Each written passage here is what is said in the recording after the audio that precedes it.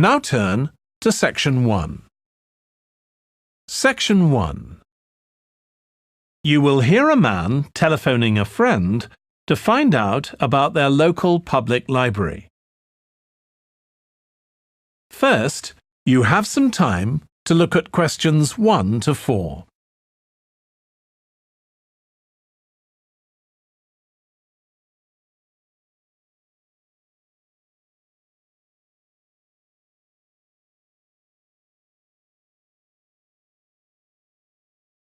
You will see that there is an example that has been done for you.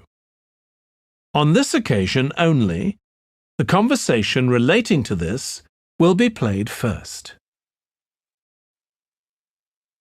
Hello? Hi, Susie. It's Paul here. How are you? Enjoying your new job? You're working at the library, aren't you? Yes, I started when the library reopened a month ago. It's great. The woman says that the library reopened a month ago. So month has been written in the space. Now we shall begin. You should answer the questions as you listen because you will not hear the recording a second time. Listen carefully and answer questions 1 to 4. Hello? Hi, Susie. It's Paul here. How are you? Enjoying your new job? You're working at the library, aren't you? Yes, I started when the library reopened a month ago. It's great. Actually, Carol and I have been meaning to join for a while. Oh, you should. It doesn't cost anything, and the new library has all sorts of facilities. It's not just a place where you borrow books. For instance, there's an area with comfortable seats where you can sit and read the magazines they have there. Some people spend the whole morning there. Wish I had that amount of time to spend. Yes, you must be pretty busy at present, with the children and everything. We are, yes. But we're hoping to get away this summer. We're thinking of going to Greece. Well, we've got a much larger section of the library devoted to travel books now, so you should come and have a look. I can't remember if there's anything specifically on Greece, but I should think so. OK. Now, Carol's organising a project for the history class she teaches at school. It's about life in the town 100 years ago. Do you have anything that might be useful? Yes. Actually, we've now got a new section with materials on the history of the town and surrounding region. Right. I'll tell her. You can't always find that sort of thing on the internet. Now, in the old library, there used to be a separate room with reference books. It was a really nice, quiet room. Yes, we've put those books in the main part of the library now, but we do have a room called the community room. It can be hired out for meetings, but at other times, people can use it to study. I might use that. It's hard to find anywhere quiet at home sometimes. I can't remember how old your son and daughter are. We've introduced a special section of fiction written specially for teenagers, but they might be a bit young for that. Yes, they would be. Before you hear the rest of the conversation, you have some time to look at questions 5 to 10.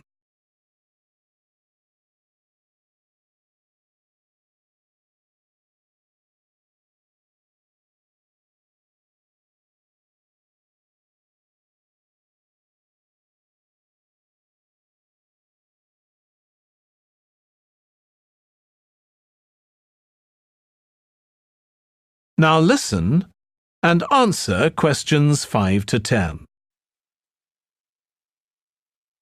Well, we do have lots of activities for younger children. Yes? For example, we have a science club. At the next meeting, they're going to be doing experiments with stuff that everyone has in the kitchen, sugar and flour and so on. They might be interested, yes. And we have a competition for children called Reading Challenge. That doesn't begin until after the end of term. They have to read 6 books, and they get a certificate if they manage it. So that gives them something to do while they're on holiday, instead of getting bored. That's the idea. And there's special activities for adults too. On Friday, we have a local author called Tanya Streep, who's going to be talking about her new novel. It's called Catch the Mouse, and she based the story on a crime that actually took place here years ago. Right. We're not free on Friday, but I'll look out for the book. Now, this probably isn't for you, but we do have IT support available for members.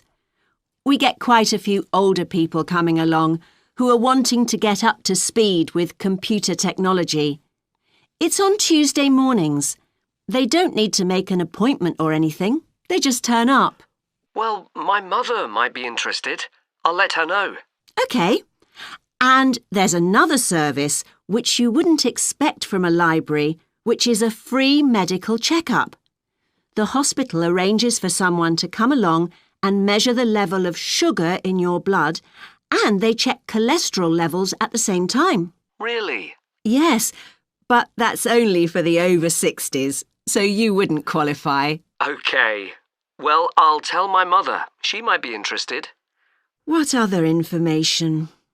Well, we do have a little shop with things like wall charts and greetings cards, and also stamps, so you can post the cards straight away, which is really useful. Yeah.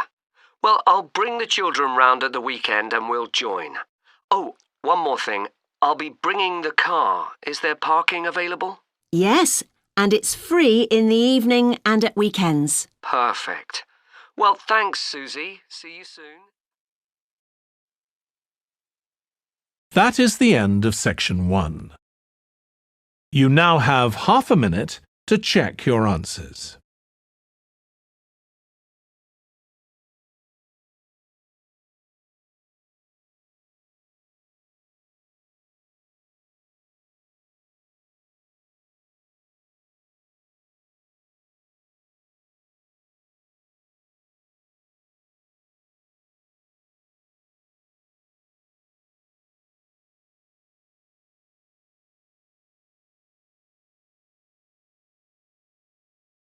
Now turn to section 2.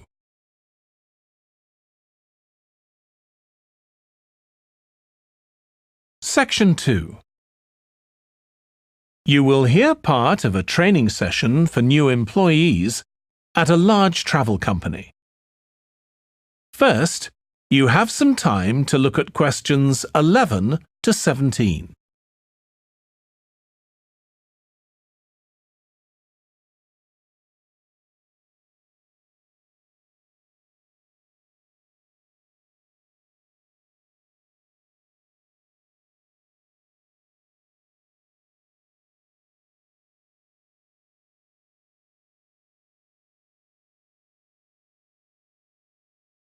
Now listen carefully and answer questions 11 to 17.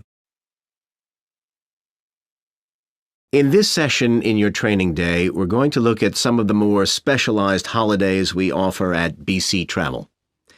Now, the travel business is very competitive, and it's important to be aware of how the market's changing and developing.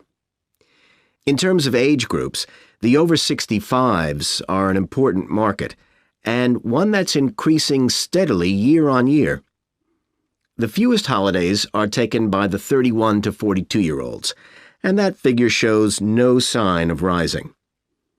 The biggest market at present is still the youngest group, the 16 to 30s, but this group's also seen the biggest drop over the last few years, whereas there's a noticeable growth in the number of holidays taken by the 55 to 64-year-olds. As far as the 43 to 54-year-olds are concerned, bookings there are steady, but I have to say we haven't seen the increase we expected.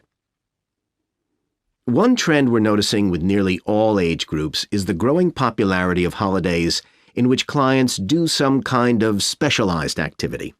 I'm not talking here about adventure holidays where clients take part in high-risk activities like white water rafting just for the thrill of it.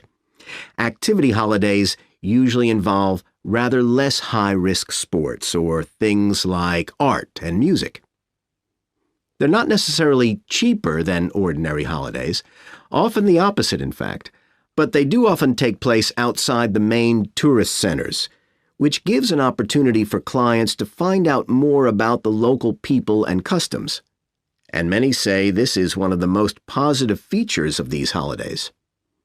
Of course, they offer the chance to develop a new skill or talent, but clients often say that more than this, it's the chance to create lasting relationships with other like-minded people. That's the main draw. Let me give you some examples of BC travel activity holidays.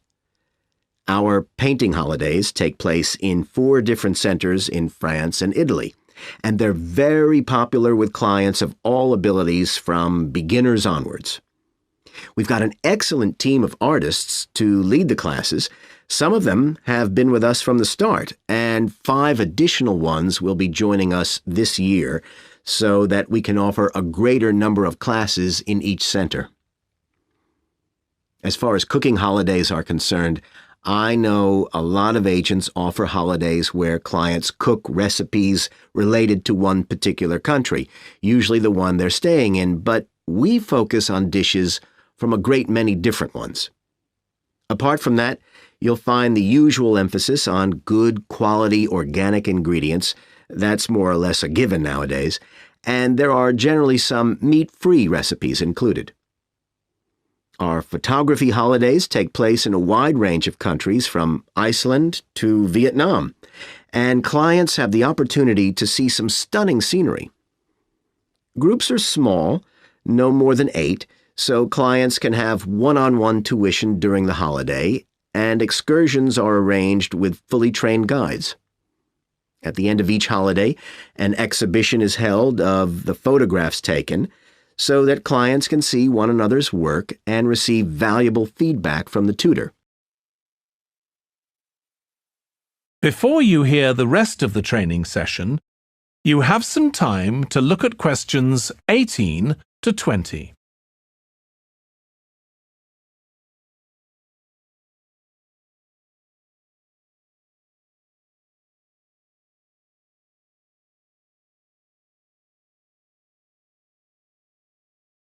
Now listen and answer questions 18 to 20. Finally, let me tell you about our fitness holidays.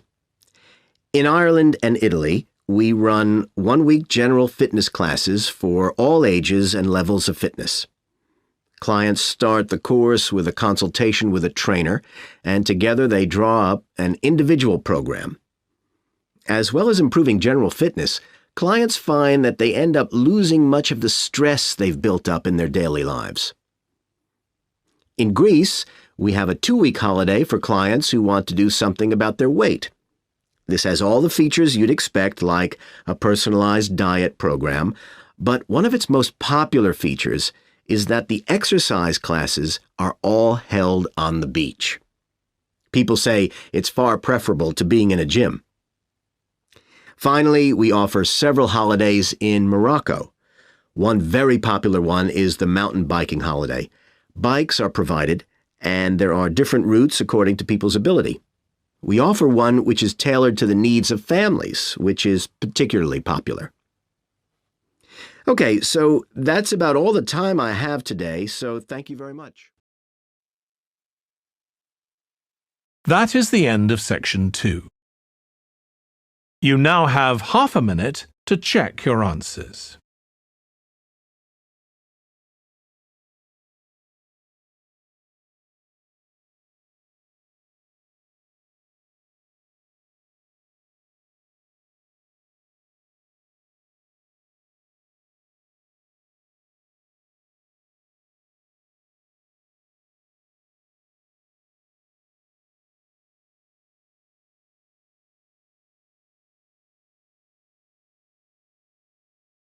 Now turn to section 3.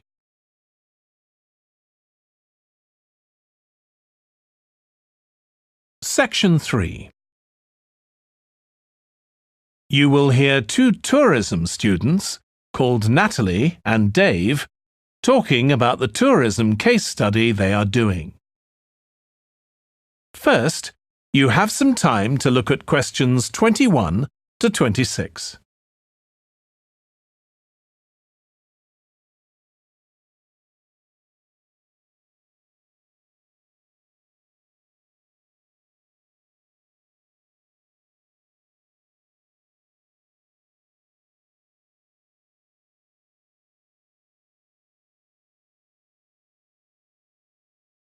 Now listen carefully and answer questions 21 to 26.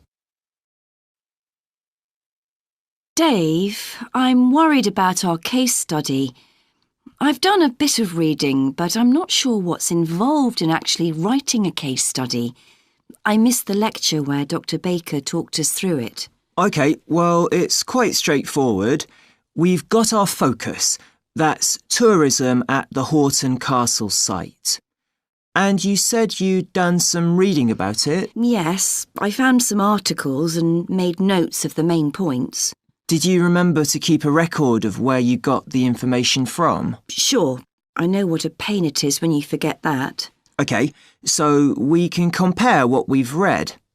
Then we have to decide on a particular problem or need at our site. And then think about who we're going to interview to get more information. OK, so who'd that be? The people who work there?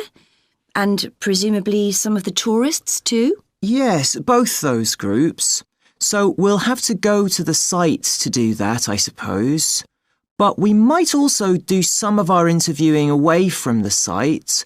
We could even contact some people here in the city, like administrators involved in overseeing tourism. OK, so we'll need to think about our interview questions and fix times and places for the meetings. It's all going to take a lot of time. And if we can, we should ask our interviewees if they can bring along some numerical data that we can add to support our findings. And photographs?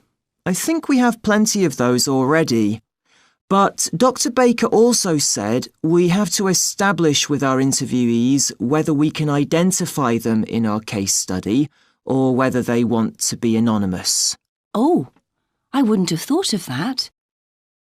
OK, once we've got all this information, I suppose we have to analyse it. Yes, put it all together and choose what's relevant to the problem we're focusing on and analyse that carefully to find out if we can identify any trends or regularities there.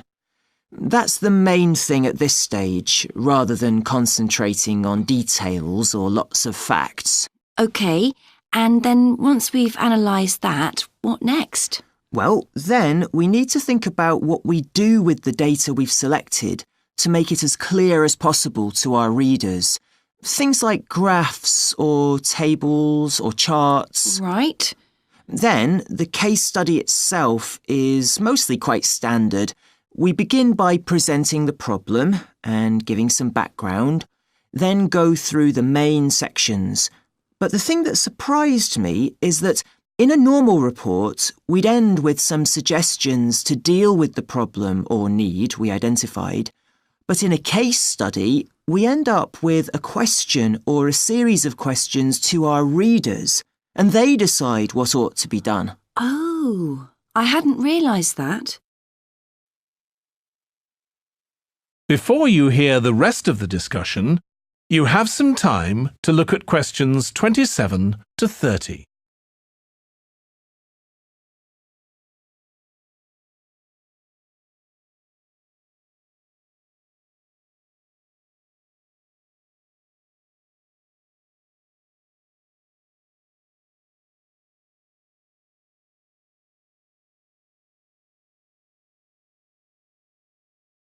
Now listen and answer questions 27 to 30.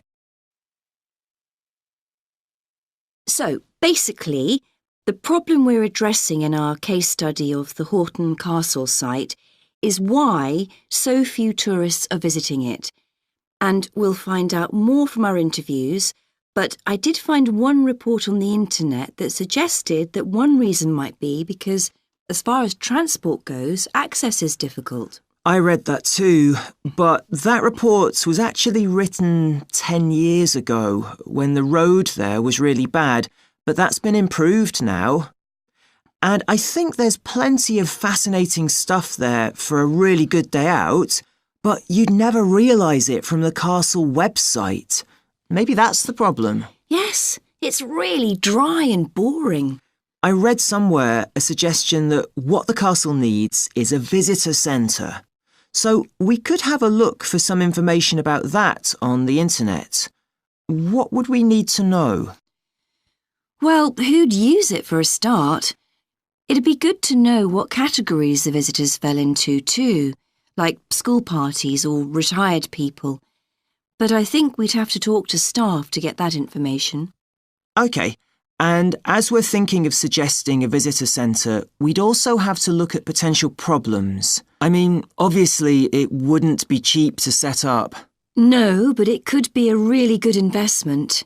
And as it's on a historical site, it'd need to get special planning permission, I expect. That might be hard. Right. Especially as the only possible place for it would be at the entrance, and that's right in front of the castle.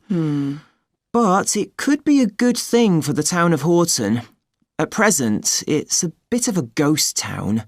Once they've left school and got any skills or qualifications, the young people all get out as fast as they can to get jobs in the city, and the only people left are children and those who've retired. Right.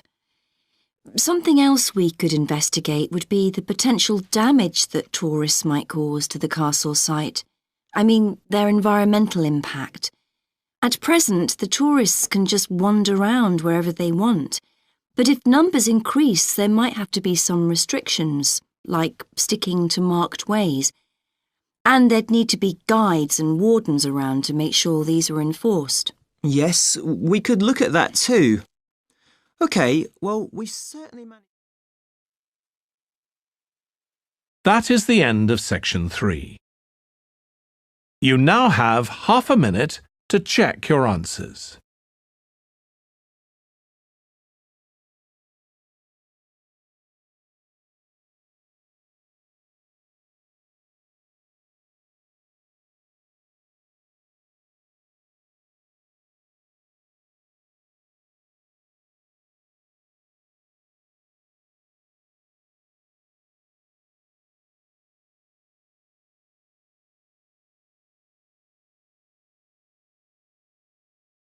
Now turn to section 4.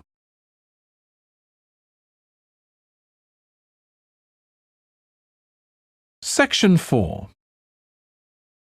You will hear a lecturer on an environmental studies course discussing how birds are affected by environmental change. First, you have some time to look at questions 31 to 40.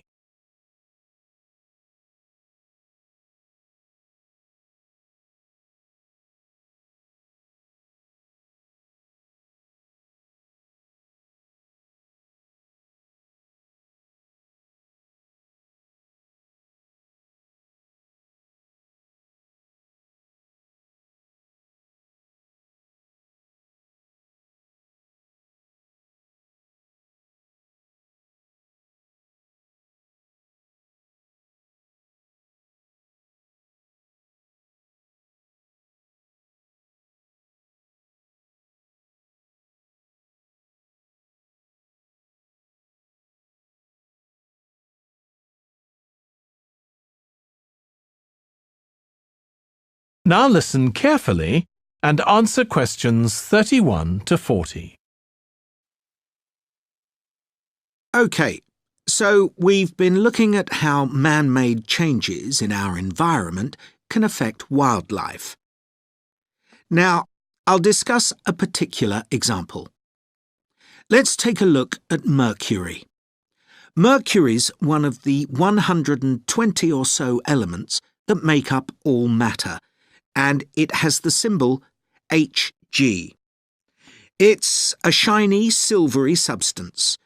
You may have seen it in old-fashioned thermometers, but it's not used much for domestic purposes now because it's highly toxic. But the problem is that the amount of mercury in the environment's increasing. The main reason for this is the power plants used to produce electricity. The main source of energy that most of them use is still coal, and when it's burned, it releases mercury into the atmosphere.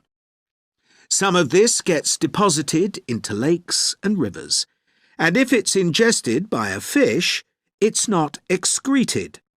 It stays in the fish's body, and it enters the food chain. So, it's been known for some time that birds which eat fish may be affected. But what wasn't known until quite recently is that those that eat insects can also be affected. So, a woman called Claire Varian Ramos is doing some research on how this is affecting birds. And rather than looking at how many birds are actually killed by mercury poisoning, she's looking for more subtle sub-effects. And these may be to do with the behaviour of the birds, or with the effect of mercury on the way their brain works, so whether it leads to problems with memory, for example. And she's particularly focusing on the effects of mercury on bird song.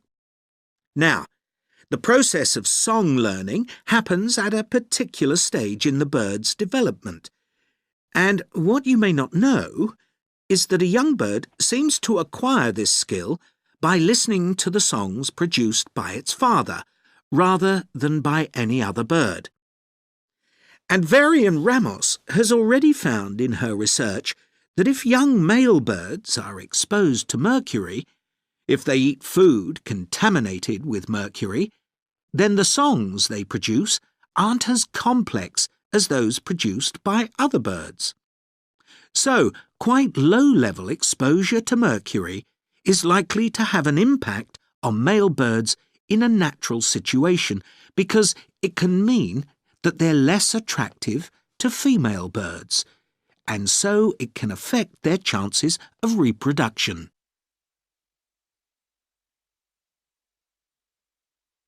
Now, the way she's carrying out this research is worth thinking about. She's using a mixture of studies, using birds kept in laboratories and studies carried out outdoors in the wild. The lab-based studies have the advantage that you don't get all the variables you would in a natural setting.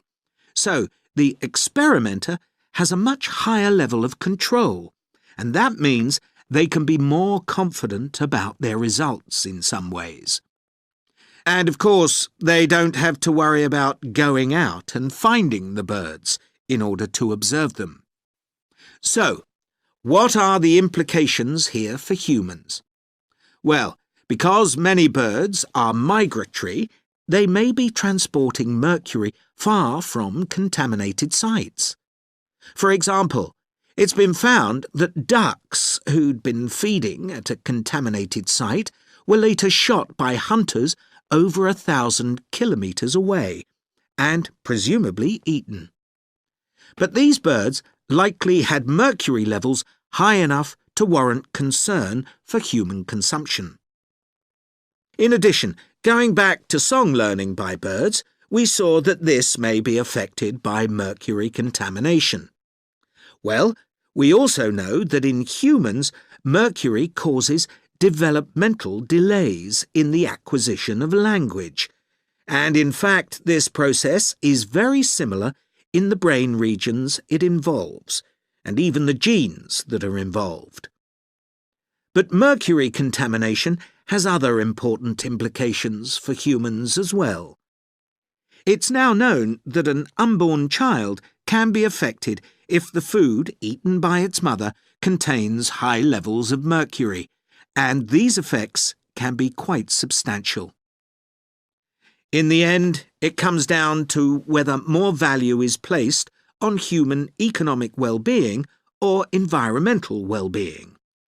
It's true there are new regulations for mercury emissions from power plants, but these will need billions of dollars to implement and increase costs for everyone. Some argue that's too much to pay to protect wildlife. But as we've seen, the issues go beyond that, and I think it's an issue we need to consider very carefully. That is the end of section 4. You now have half a minute to check your answers.